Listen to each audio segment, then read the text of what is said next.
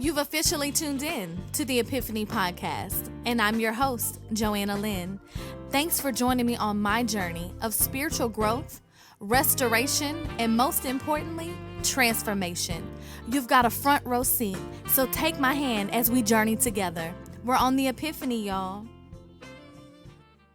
Hey, everybody! Your girl is back, better than ever. 2 snaps in the back of the Cadillac. Hey! Okay, that was really corny, but I have thoroughly missed you guys. I know I've said it on my stories. I've said it in my posts. I've said it everywhere, but I just really want to apologize for letting y'all down. I feel like I have just fallen through the ground and I cannot get myself back up. I have not been there for y'all. I have not continued my encouraging. I have let y'all be on this journey alone for quite some time. So I just want to apologize. I'm picking back up. I am not going to let anything stop your girl. Never again, okay? Y'all hear me? So we're here for episode 34. I'm going to quit running my mouth. Well, not actually, because my whole podcast is me talking, but I'm going to quit the chitter chatter. God has really been working with me on some things. So this episode is called The Addictive Road. And y'all, I want to talk to you about a few things about infatuation and about addiction. So oftentimes infatuation, let's just start with the definition. It's intense, but it's usually a short-lived passion for someone or keyword something. But in my opinion, I've noticed that infatuation oftentimes can lead to addiction. Addiction is defined as a compulsive psychological need for, and you fill in the blank. So as I'm talking to y'all about myself today, I want you to really think about what are you addicted to, or what are you infatuated with? First and foremost, let's determine that. If you don't know, take a few seconds to really search yourself. It's really easy to figure out what you're addicted to or what you're infatuated with, and simply by focusing on how much time you spent. I love this feature on my iPhone because it really kind of opens my eyes. Once a week, I get this little notification, and my phone is in my hand 24/7. I'm practically sleep with it glued to my ear, but it tells you how much screen time you've had. This was before Corona, but at one time my screen time said 11 hours. Now get this. Usually I am multitasking. I'm on my phone when I'm working. I'm on my phone when I'm driving. I'm on my phone when I'm in the bed. On my phone when I'm cooking. On my phone in the shower. You get my drift. But when I saw that number, 11 hours, and there's only 24 hours a day. So almost more than half of my day is spent on my phone. But more specifically, it details what you're doing on your phone. It tells you whether you are studying, whether you are using creative apps, whether you are on social media, and you can only imagine which levels were higher than others. Just saying. So, I think it's important to figure out what you're infatuated with. To me, the word infatuation was so simple. When you say infatuation, it makes me think about like a child that has a crush, a 5-year-old girl, and she's infatuated with this new boy in class that has the cool haircut, or when you get to be 13 or 14 and you find yourself infatuated with cars because you're close to 16 and you can't wait to drive. And some of those things are so innocent. But we have to be very, very careful, because as innocent as they may be, they can lead to more serious problems. You can literally be infatuated with anything. You can be infatuated with a person or a celebrity, with a shopping habit, with makeup or clothing, cars, specific brands. Some people are so infatuated they will only rock a Louis Vuitton purse, or they'll only wear Ray-Ban shades and nothing else. Nothing else is good enough. You can be infatuated with electronics, but then you get to a point where your infatuations or your desires, I'm a firm believer, especially scripturally based, what you focus your mind on, um what you put in your mind, what you feed your mind tends to be what you get out of yourself. So when you focus on makeup, you spend your whole paycheck on makeup. When you focus on things like food, sex, drugs, alcohol, porn, those type of things, that's what you get out of life. Sometimes, especially with social media, with all of the TV shows, the movies, and everything is just glamorized. Everything is sex and alcohol, and these brands are brands that, the Corona bottle is popular. You can go in every Mexican restaurant and they have salt and pepper Corona bottles, and even a child will grow up seeing that label and be more accepting because they don't know seemingly that it's a bad thing. So simple infatuations can lead to very aggressive addictions. So I want to talk to you about my personal addiction, along with me trying to be more accountable with everything in life. I feel like 2020 has just been thrown out the window. Let me just say that. Vision board is gone. No, like, I'm not trying to be in despair, but 2020 has definitely thrown us a curveball. It should teach people like me that you can't plan, because none of the plans have worked out. But anyway, just being all honest, and the whole point of my podcast is that I'm, on a spiritual journey of growth and love and transformation, right? Y'all heard that in the beginning, right? You heard it. So one of my biggest and longest issues has been being obese, being overweight. And I have, for a very long time, known a lot of the reason what has caused me to be overweight, but I have yet to do something about it. So I'm at this stage where I'm really trying. It's not that I haven't tried before, but I'm really trying to target what happened, why, and not only stop quitting, but actually, like, put it to rest, kill it, kill that bad spirit. So in all honesty, I'm telling y'all to search yourself, but I have an addiction with food, and I'm just being real. Your girl loves to eat. Invite me anywhere and I will be there. No matter what I'm doing, I will be in the bed. I could be busy, but you ask me to go out to eat or tell me you cooking, and I will be there before that meal is done. Do you hear me? I know there's a lot of y'all out there.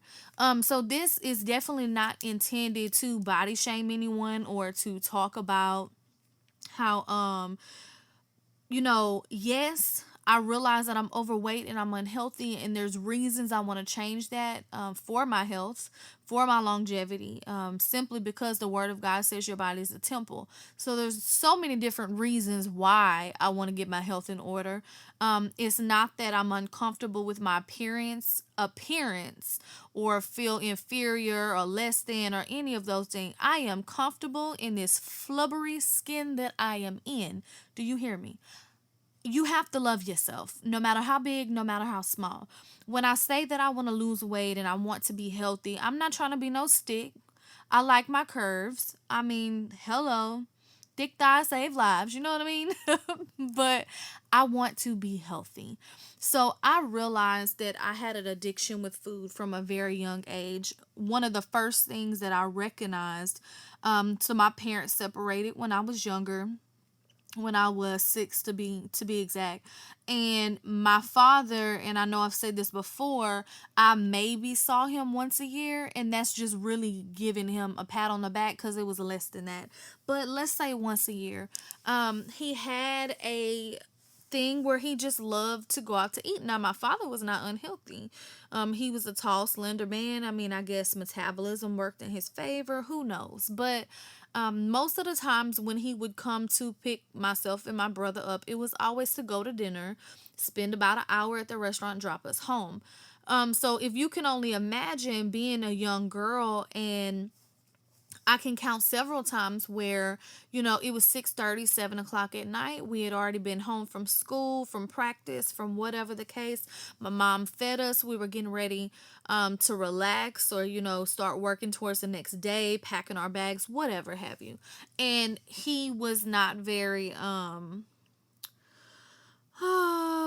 didn't care about our time. He would just pop up at random times. So 7:30 and he would knock on the door. Hey y'all want to go to dinner? Well, guess what? Who's going to turn time down with their daddy that they haven't seen in the last year? So of course, I jump in the truck, go with him to the restaurant and eat all over again.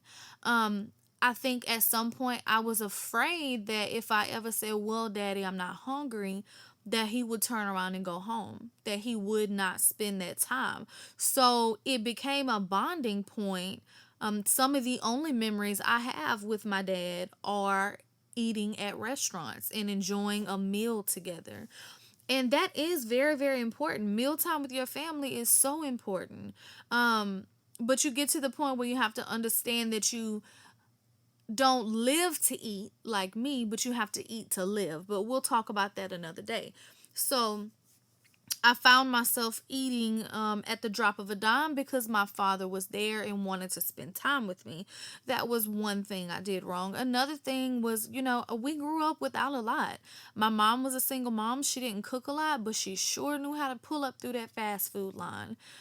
So eating not only bad things, but eating large portions of bad things. And as I became a teenager, and I realize this now, that fighting through so many emotions, a lot of times I patched my pain and my tears with food. I can remember already, being 16, having a car 1 o'clock in the morning and crying in bed. And I really can't tell you why, but what I can tell you is I got my car keys and I drove to Jack in the Box and got me two of them good old tacos for back then they was like 69 cents. Things like that. I can remember in my past relationship when things would not go so well. It's like we would get into an argument and a fight, and then his way of making up, and maybe because he knew I liked to eat, or maybe it was just some sorry excuse, but it would always be, hey, let's go to Waffle House, let's go to IHOP, let's. And so I learned over a period of time to patch my problems with food. Not only that, a lot of things we do in life are based on food. Weddings, Thanksgiving, Christmas, birthdays. The biggest talk of most events is food. I love to cook, I love to eat. So recognizing that I really do have an addiction with food, down to the fact that, and I've talked to y'all about this too from a fear standpoint, but sometimes even when I call myself trying to do better, when I really, really, even now, today, I went to the gym this morning. I've been working from home today. Got off this afternoon. Was laying around. I said, you know what? If I can lay around, I can go walk. So I went to the park. I walked 2 miles. It was 7:30. I was hungry. I was heading home because I was like, you know what? You can cook at home. But then I said, well, I really don't feel good. I have a headache. I'm tired. It's getting late. Let me just go buy something. So then I go, and here I am. I'm about to pull up to McDonald's again because it's by the house, it's convenient, and it's cheap. Um, I'm not going to get on that tangent, but the fact that it is so much more convenient and cheaper to buy fast food and to buy unhealthy food really is a it's a travesty for people all over the world, for Americans especially. But here I was, and I'm like, yeah, it's only about to be $5. But then I was like, well, you could go get a salad. You could go to the grocery store and buy a head of lettuce and some carrots and spend less than $5.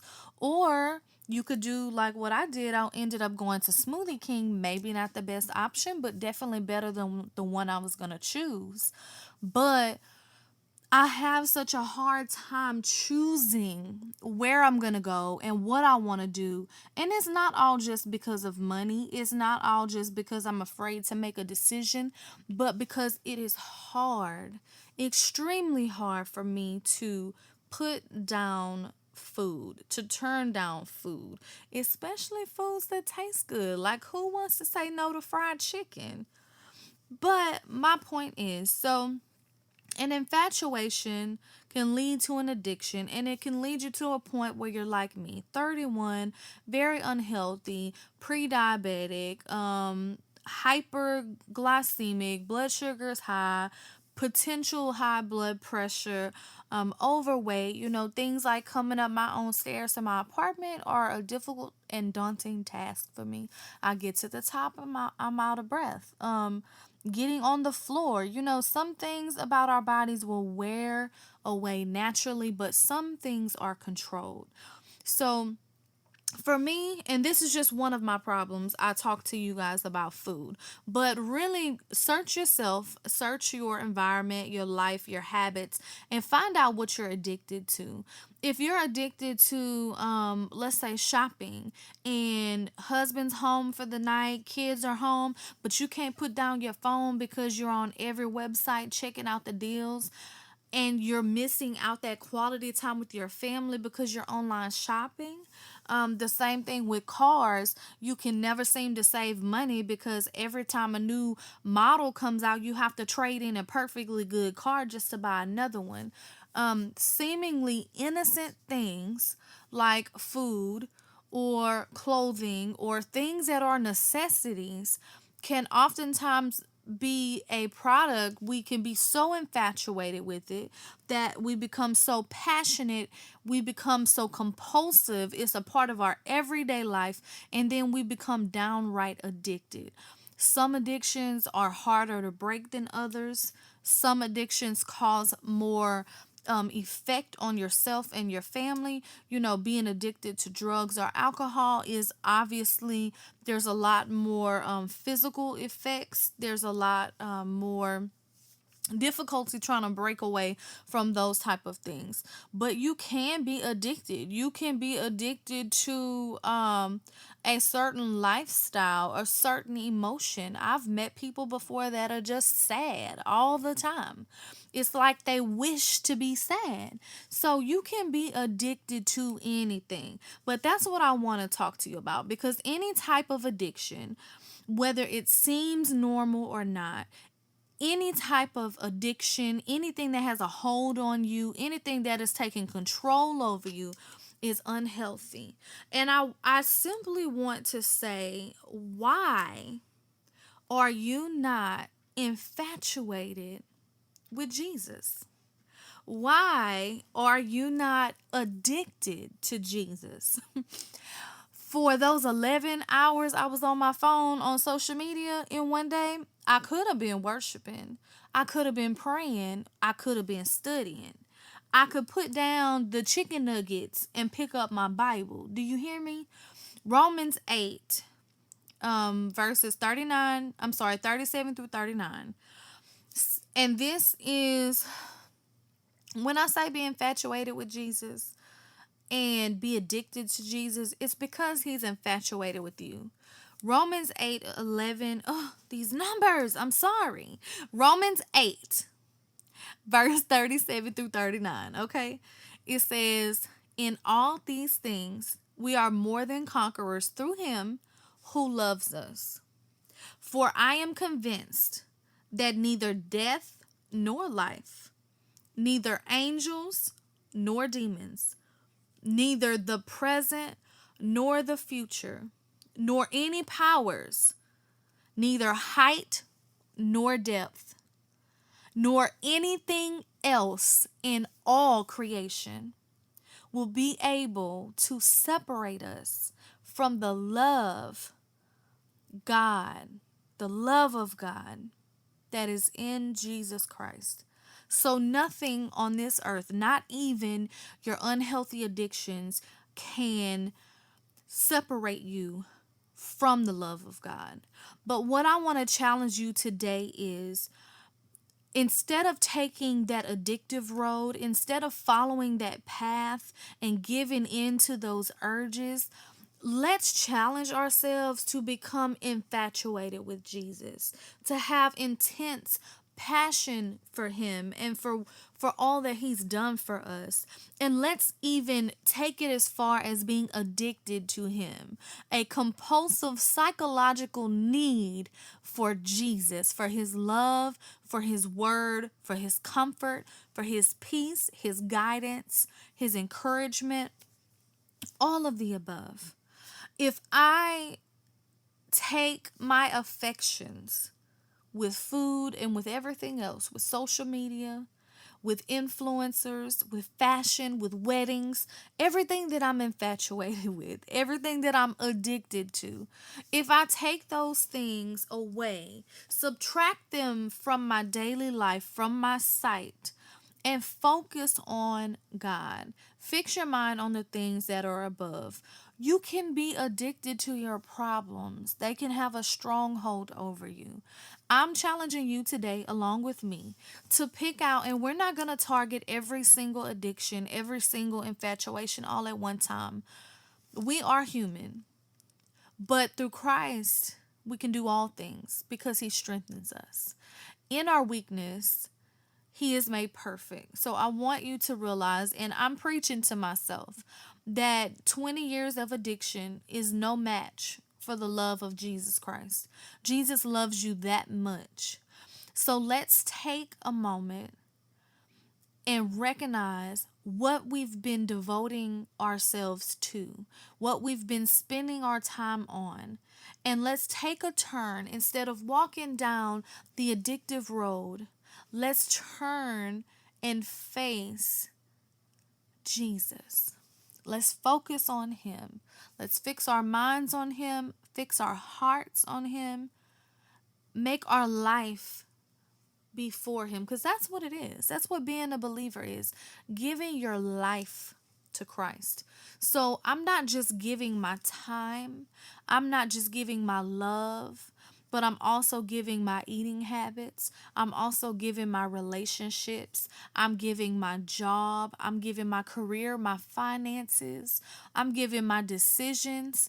You can't give some of yourself. Jesus didn't give you just a little bit, just a little piece of him now and then. He gave his whole self to you. He died. He didn't just have his arm cut off for you or his toe. He was killed. He was murdered. He was crucified for you. Total death. An absolute, total, powerful resurrection. All for you. So just knowing that that type of power is behind you, I have to tell that to myself. And so I want to tell it to you. Let's love Jesus the way that he loves us. Fix our minds on him, and let's continue to support each other. So now's the time that you support your girl. Make sure you share this episode with everyone. Let them know Joanna Lynn is back, bigger than ever. My name is not going nowhere. My mouth is not going to close, and my voice is not getting any lower. It's just getting louder and louder. But make sure, if you haven't had the opportunity, please subscribe to the podcast. Leave me a 5-star rating. I would love if you leave me a review. I am on every platform: Apple, Spotify, Google, Podbean, iHeartRadio, and YouTube. Thank you so much for tuning in, and I hope y'all have a wonderful, wonderful week. Mwah!